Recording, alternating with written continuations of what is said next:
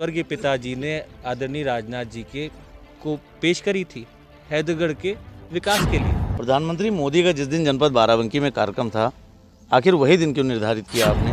आप अगर मेरे स्वर्गीय पिता का सम्मान नहीं कर पा रहे हो तो शायद उनके साथ साथ अनेक जो आस्थाएं जुड़ी हैं उसका भी सम्मान नहीं कर पा रहे। आप पहले भी एक बार इस तरह से कर चुके हैं। आपकी माताजी लखनऊ की मेयर से कांग्रेस पार्टी से थी, उस समय आपने भारतीय जनता पार्टी का सपोर्ट किया था। वो मेरे राजनीतिक संरक्षक कभी नहीं थे, राजनीतिक अभिभावक मेरे कभी नहीं थे। आदरणीय राजनाथ जी उस मर्यादा को स्वयं भूल गए। कभी अपनी माता के खिलाफ जाकर दिया था भारतीय जनता पार्टी का साथ, अब सिद्धार्थ अवस्थी ने थाम लिया सपा का दामन।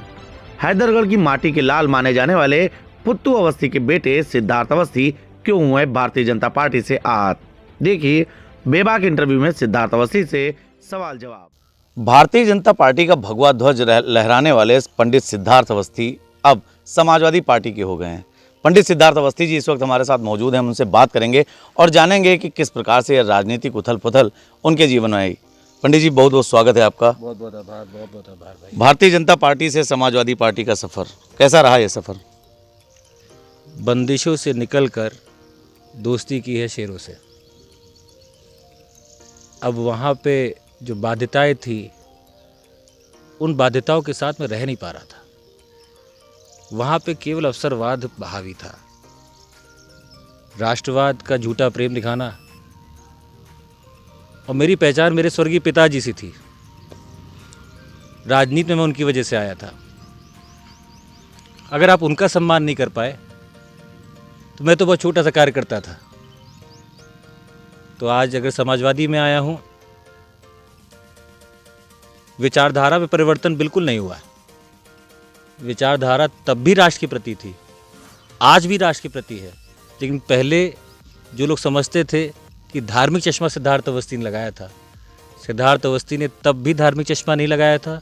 और मैं स्वतंत्र होके जो अपनी बात को कह सकूंगा, कौमी एकता की बात कह सकूंगा और सबको साथ लेकर चलने की क्षमता रखने वाले जो हमारे राष्ट्रीय अध्यक्ष हैं अखिलेश यादव जी, उनके नेतृत्व में उत्तर प्रदेश की एक सकारात्मक सरकार का शायद कहीं ना कहीं एक छोटा सा सैनिक बन पाऊंगा। प्रधानमंत्री मोदी का जिस दिन जनपद बाराबंकी में कार्यक्रम था, आखिर वही दिन क्यों निर्धारित किया आपने? उसी दिन अखिलेश यादव की भी रैली थी। उसी दिन निर्धारित करने के क्या एक बहुत बड़ा संदेश देने का आपका उद्देश्य था? आप हैदरगढ़ में बैठे हैं, इसी परिसर में मैंने स्वयं बहुत अल्प समय में पिछले लोकसभा चुनाव में प्रधानमंत्री मोदी जी की रैली का आयोजन यहाँ पे हुआ था, जिसमें मैंने सारी कॉलेज की कुछ मान्यताएं थी कि कई बिल्डिंगें थीं, कई दीवारें थीं जिनको तोड़ने के लिए प्रबंधन ने मना किया। परंतु मुझे लगा कि प्रधानमंत्री अगर आ रहा है तो हैदरगढ़ की भूमि पे आए, इसलिए मैंने स्वयं उन दीवारों को तोड़ा था। मैंने मोदी जी में विश्वास दिखाया था, लेकिन जब विश्वास चला गया मैं तो उनको ही देखता था।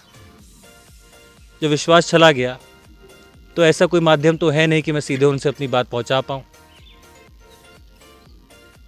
तभी मैंने वही दिन चुना और उसी दिन ऐसा ईश्वर ने मौका दिया कि अखिलेश यादव जी भाई साहब स्वयं बाराबंकी आ रहे थे। तो शायद प्रभु ने खुद ही ऐसी तारतम्यता बना दी कि जवाब देना है तो बाराबंकी से ही जवाब दो, उस संगठन को जिसके प्रति तुमने एक ईमानदारी से सेवा की थी। सोशल मीडिया पर तमाम कमेंट आए, आपको अवसरवादी तक करार दे दिया गया। ये भी कहा गया कि जब आपको रामनगर विधानसभा से टिकट नहीं मिला, चूँकि आप वहाँ से टिकट के लिए लगातार प्रयासरत थे, लोगों ने ऐसी भी बातें कही। कहाँ तक सच्चाई थी इन बातों में? ये पहला ही चुनाव नहीं है जिसमें मुझे टिकट नहीं मिला है। इसके पहले भी मुझे टिकट नहीं मिला था। मैं सबसे पूछना चाहता हूँ, मेरे पास उसके साक्ष्य भी हैं, मीडिया क्लिपिंग्स भी छपी थी। जब टिकट नहीं मिला था तो सिद्धार्थ अवस्थी अकेला व्यक्ति था जिसने कहा था कि मुझे 1 नहीं 6 टिकट मिले हैं।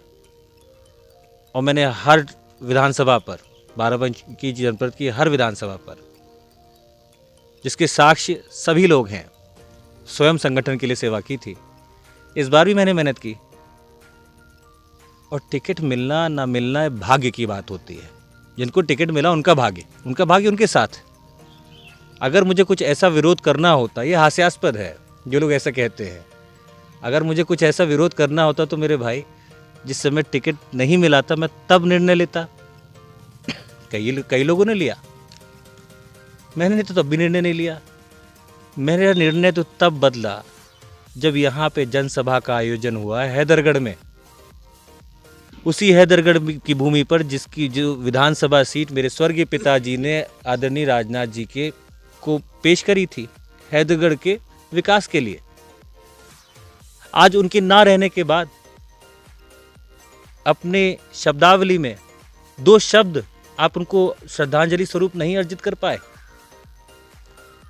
तो जिस व्यक्ति ने अपना सब कुछ आपको दे दिया, आप जब उसके नहीं हो पाए तो आप मेरे क्या होगे, मेरे जैसे अनेक कार्यकर्ताओं के क्या होगे। और मेरी पहचान मेरे स्वर्गीय पिताजी से थी, मैं राजनीति में उन्हीं की वजह से आया था। आप अगर मेरे स्वर्गीय पिता का सम्मान नहीं कर पा रहे हो तो शायद उनके साथ साथ अनेक जो आस्थाएं जुड़ी हैं उसका भी सम्मान नहीं कर पा रहे हो। तो मेरा उसी समय मैंने निर्णय ले लिया था। मेरे पास में आज भी वो वीडियोस में रोज़ देखता हूँ, रोज़ रामनगर का संबोधन और हैदरगढ़ का संबोधन मैं रोज़ देखता हूँ। और मैं आपसे वादा करता हूँ मैं उस वीडियो को रोज़ देखता रहूँगा। सोशल मीडिया पर एक शब्द का प्रयोग किया गया था आपके लिए, बागी। क्या लगता है कि भाजपा का बागी हुआ यह सदस्य कितना बड़ा नुकसान बाराबंकी में पहुंचा देगा भारतीय जनता पार्टी को? बड़े बड़े रेवोल्यूशनरी स्वतंत्रता सेनानी भी बागी कहलाए। शायद बलिया एक जगह है जिसको बागी बलिया भी कहते हैं। 10 तारीख को काउंटिंग है। 2 दिन में पंडित सिद्धार्थ अवस्थी समाजवादी के हित में, अखिलेश यादव जी के लिए कितना चोट पहुंचा सकता है भारतीय जनता पार्टी को, वो तो समय का अर्थ बताएगा। परंतु मुझे ऐसा लग रहा है, प्रतीत हो रहा है कि अब तीर निकल चुका है। अब तीर निकल चुका है, अब वो किसका दिल भेदेगी। सिद्धार्थ अवस्थी पूरी तरीके से आश्वस्त हैं इस बारे में? मैं आश्वस्त हूँ, तीर खाने के लिए भी और तीर चलाने के लिए भी। अच्छा, यहीं पर अगर एक बात आती है तो वो पुत्तू जी का नाम तो राजनीति में खैर अलग, एक उनका पन्ना ही अलग है। ऐसे में अगर कहें तो वर्तमान की राजनीति में आपके संरक्षक दिनेश शर्मा जी हैं। जब आपने इस कदम को उठाया भारतीय जनता पार्टी का भगवा ध्वज छोड़कर साइकिल की सवारी करने का, क्या लगा, क्या रिएक्शन उधर से आया, किस तरह से वहाँ से आपको सपोर्ट मिला है, क्या बातें उठी? लोगों ने तमाम बातें कही, आपके बारे में भी कही, उनके बारे में भी कही। क्या लगता है, क्या संदेश रहा उनका? नितेश भाई साहब, मैं आपको इतना बताऊं, डॉक्टर दिनेश शर्मा जी वो खुद एक गुरु हैं, एक बहुत ही सौम्य और सरल व्यक्ति हैं। उन्होंने कभी भी राजनीतिक निर्णय में मेरे साथ मुझे हमेशा सही का रास्ता दिखाया था। उन्होंने कभी मुझसे ये नहीं कहा कि भारतीय जनता पार्टी ज्वाइन करो। उन्होंने मुझसे कभी ये नहीं कहा कि हाँ मैं तुम्हारा संरक्षण करूंगा। घर के दायरे के अंदर वो मेरे रिश्तेदार हैं और घर के बाहर उनकी खुद की एक छवि है। मैं तो अभी बहुत अनुज हूं, उन्होंने तो अपना जीवन लगा दिया है। मैं इसीलिए उनसे ना तो मैंने कभी चर्चा की, और ये निर्णय भी मेरा स्वयं का था। लोग जो मेरे पर आरोप लगा रहे हैं उनसे मैं इतना पूछना चाहूँगा कि पारिवारिक रिश्तों को क्यों धूमिल करते हो भाई? वो रिश्ते किसी मतलब के लिए नहीं थे। मतलब के लिए जो रिश्ते बनाते हैं वो तो लोग कुछ और ही कहलाते हैं। वो रिश्ते ऐसे थे जो कि हर घराने में होते हैं। रिश्तों को राजनीति से नहीं जोड़ना चाहिए। वो मेरे राजनीतिक संरक्षक कभी नहीं थे, राजनीतिक अभिभावक मेरे कभी नहीं थे। राजनीतिक संरक्षक अभिभावक मेरे हमेशा से एक ही व्यक्ति थे, पंडित सुरेंद्र नाथ अवस्थी जी। आप किसान मोर्चा में रहे, जहाँ तक अभी आपने कही सम्मान की बात कही और छवि की बात कही, उस दौरान एक कुछ ऐसा हुआ, किसान आंदोलन चल रहा था, उसी बीच में दिनेश शर्मा जी के लिए अखिलेश यादव का एक बयान आया था, तब आपने भी एक बयान जारी किया था। क्या लगता है कि आने वाली परिस्थितियों में अब आप समाजवादी पार्टी में हैं, अगर भविष्य में फिर वह भारतीय जनता पार्टी में कोई ऐसा बयान देते हैं, भारतीय जनता पार्टी के डिप्टी सीएम के लिए कोई ऐसा बयान देते हैं, तब सिद्धार्थ अवस्थी के सामने एक कशमकश की स्थिति आ जाएगी। चूँकि आप पहले भी एक बार इस तरह से कर चुके हैं, आपकी माताजी लखनऊ की मेयर से कांग्रेस पार्टी से थी, उस समय आपने भारतीय जनता पार्टी का सपोर्ट किया था, और निश्चित ही एक बहुत बड़ी बात होती है कि परिवार का कोई सदस्य किसी और राजनीतिक पार्टी से हो और उसके परिवार का प्रमुख बेटा, जो बड़ा बेटा हो, वो किसी और पार्टी का सपोर्ट करो। तो अगर भविष्य में फिर से एक ऐसी स्थिति उत्पन्न होती है तो Siddharth Awasthi, how he is going to tackle that problem? Okay, let me get straight. सबसे पहले मैं मेयर के चुनाव की बात करता हूँ, तो मैं भारतीय जनता पार्टी का सदस्य पहले से था। आज के दौर में लोग वफादारी भूल चुके हैं। आज के लोग अवसरवाद ज़्यादा विश्वास रखते हैं। अगर मैं भारतीय जनता पार्टी के साथ था तो मैंने अपने कर्तव्य का निर्वहन किया। बात आती है अखिलेश यादव जी की, जो उन्होंने स्टेटमेंट दिया था शर्मा जी के लिए। अखिलेश यादव जी अपने दल की राजनीति करते हैं। उनको जो गलत लगा, उन्होंने कहा, वो राष्ट्रीय अध्यक्ष हैं, और उस पर प्रतिकार करना, तब मैं भारतीय जनता पार्टी का सदस्य था। तब वो मेरा एक अधिकार बनता है कि मैं प्रतिकार करूं। रही बात मेरे निर्णय की कि मैंने ऐसा समाजवादी में निर्णय क्यों लिया, भारतीय जनता पार्टी को जब मेरे पिताजी ने अपनी सीट दी थी आदरणीय राजनाथ जी को, उसके बाद में वो स्वयं उस दल के सदस्य बने थे। दलीय राजनीति से बड़ा कोई बात नहीं थी उस समय। उनकी लॉयल्टी भी तब भी दल की तरफ थी। बिल्कुल, अगर उस चीज की मर्यादा वो स्वयं भूल गए, आदरणीय राजनाथ जी उस मर्यादा को स्वयं भूल गए, तब मेरा प्रतिकार करना नैतिक मूल्यों पे बिल्कुल सही रहता है।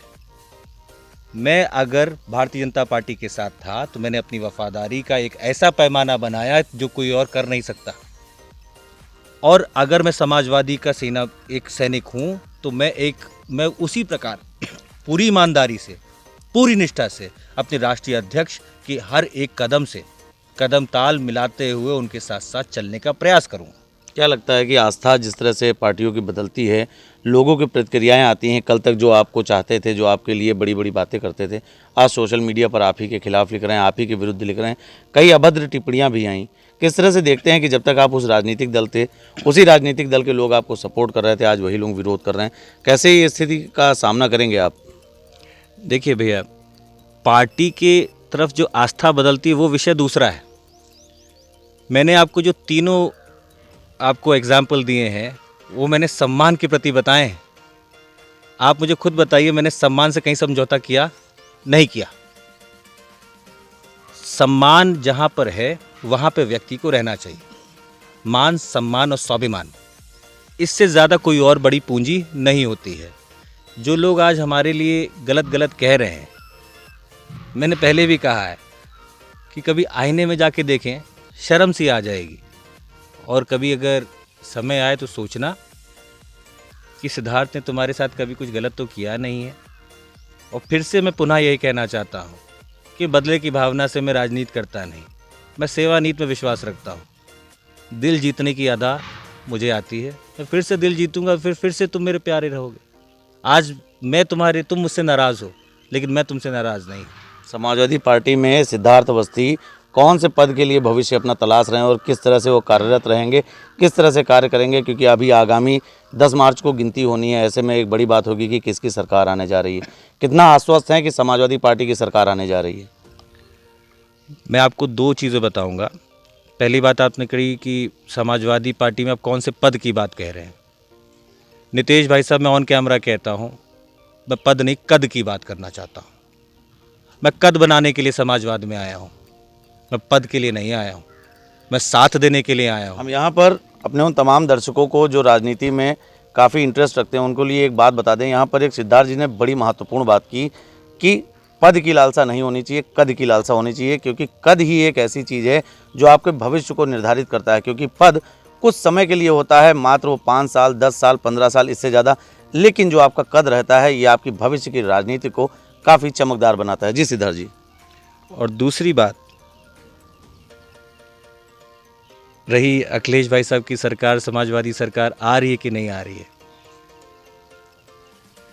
भाई जहाँ पे स्टेट और सेंट्रल मशीनरी पूरी लगी हो, पूरी इलेक्टोरल मशीनरी लगी हो, वहाँ पे एक सच्चा शेर जिसके साथ जनता का आशीर्वाद है, जनता का प्यार है, वो जनता के लिए लड़ रहा है और जनता उसके लिए लड़ रही है। तो जीत और हार तो बाद में तय होगी, लेकिन आशीर्वाद किसके साथ है, तरुणाई किसके साथ है, प्यार किसके साथ है, उसका भावार्थ लिखेगा अखिलेश यादव, और यही 10 तारीख को तय होगा। तो अखिलेश जी अकेले कहाँ लड़ रहे हैं? सिद्धार्थ जी पश्चिम बंगाल की मुख्यमंत्री आई हैं, यहाँ पर खेला होवे का नारा दे रही हैं। क्या लगता है कि अकेले कहाँ हैं अखिलेश यादव? मैंने आपसे खुद कहा, अखिलेश यादव जी हमारे भावी मुख्यमंत्री हैं, चेहरा वही है। साथ देने के लिए ममता दीदी आई हैं बंगाल से, उनका बहुत बहुत आभार। उन्होंने पुत्र तुल्य उनको आशीर्वाद दिया, जयंत चौधरी जी को दिया। जनता का प्यार और आशीर्वाद उनके साथ है। उसमें आप चेहरे मत देखिए, उसमें ये देखिए जनता है, जनमानस है, जनता जनार्दन है। मेरे जैसा सिद्धार्थ वहाँ पे सैकड़ों हैं, करोड़ों हैं, और सबका प्यार और स्नेह और विश्वास है अखिलेश यादव के साथ, क्योंकि वो बदलाव और बदले की राजनीति नहीं, वो बदलाव की राजनीति करने आए हैं, वो विकास की राजनीति करने आए हैं, काटो और बाटो की राजनीति करने नहीं आए।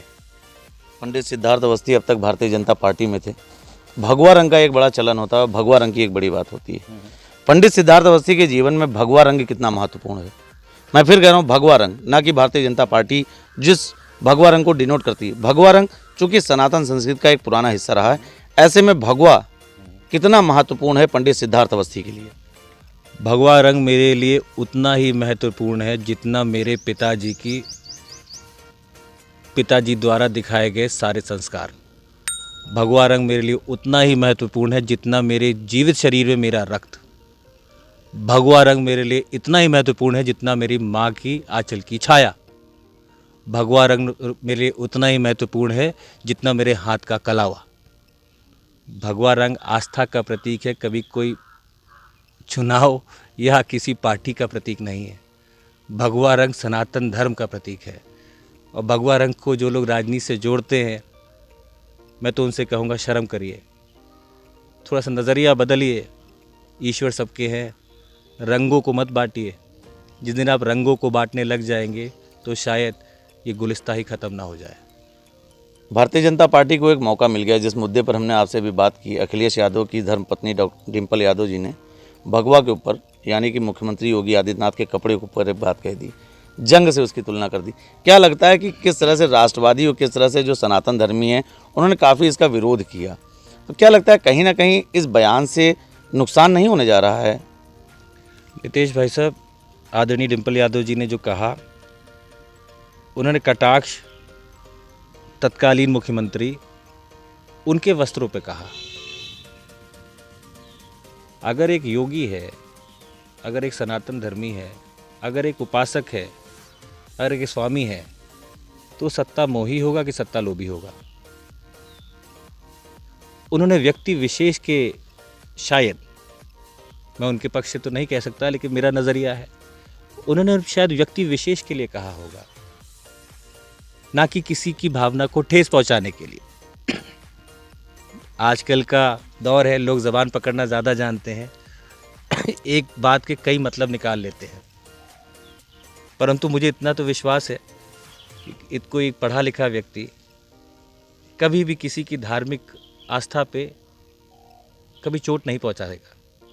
लेकिन परंतु जहाँ तक मुझे समझ में आता है, उनका कहना व्यक्ति विशेष के प्रति था, ना कि सनातन धर्म के विरुद्ध था। विश्वास की बात आपने यहाँ पर की, तो इस वक्त अगर हम हैदरगढ़ में यहाँ पर मौजूद हैं, तो यहाँ पर आपकी माता जी का विश्वास इस बार आपके प्रति काफ़ी ज़्यादा दिख रहा है। एक बहुत ज़बरदस्त बॉन्डिंग है, और जिस तरह से आपने समाजवादी पार्टी ज्वाइन की, उसके बाद से हैदरगढ़ क्षेत्र, दरियाबाद क्षेत्र, कुर्सी में जाकर अपनी उपस्थिति दर्ज कराई। क्या लगता है कि बाराबंकी में कितना आश्वस्त हैं पंडित सिद्धार्थ अवस्थी कि भाजपा का खेमा छोड़ने के बाद समाजवादी पार्टी में जब उन्होंने दामन थामा है, तो इस साइकिल की रफ्तार में कितनी और गति का इजाफा करेंगे? देखिए, समाजवादी दल के नेतागण और कार्यकर्ताओं के परिश्रम का केवल फ़ायदा उठाना सिद्धार्थ अवस्थी नहीं जानता कि आज मैं उस पर लेबल लगा दूं कि हाँ मैं 2 दिन में मैंने इतनी मेहनत कर दी कि मैंने समाजवादी दल को स्थापित कर दिया। समाजवादी दल की साइकिल पहले से ही रफ्तार तेज थी, मैंने केवल थोड़ी सी उस रफ्तारी में और तेज़ी लगाई है। अकेला व्यक्ति चना नहीं बाढ़ सकता।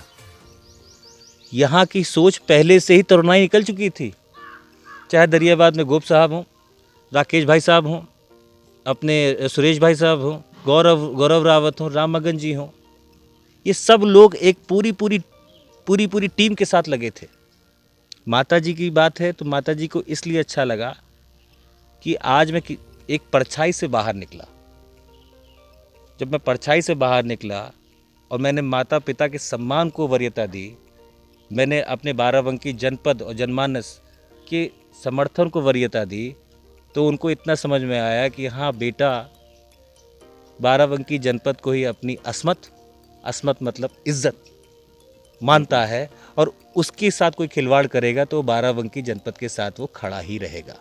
बहुत बहुत धन्यवाद सिद्धार्थ जी। आप थे पंडित सिद्धार्थ अवस्थी जी, जिन्होंने अपना कीमती समय द कैमरा 1999 को दिया और उन्होंने एक बात ये भी कही जो खासकर उन युवाओं को लगना चाहिए, उन युवाओं को सोचना चाहिए कि जिस तरह से आज लोग पार्टियों का दामन थामते हैं, उसके बाद कहते हैं कि उसकी जीत में हमारी सक्रिय भूमिका थी, तो ऐसे में पंडित सिद्धार्थ अवस्थी ने भारतीय जनता पार्टी का खेमा छोड़ा जरूर, समाजवादी पार्टी का दामन थामा जरूर, लेकिन उन्होंने ये बात कही कि समाजवादी पार्टी की तरुणाई पहले से ही चल रही है, इन्होंने मात्र उसमें थोड़ी सी गति प्रदान की है और पंडित सिद्धार्थ अवस्थी पूरी तरीके से आश्वस्त हैं कि आने वाले समय में यानी कि 2022 में जो सरकार बनने जा रही है वह साइकिल की अखिलेश यादव की सरकार बनने जा रही है। जनपद बाराबंकी से द कैमरा 1999 के लिए सरदार परमजीत सिंह और अंकित वर्मा के साथ नितेश मिश्रा।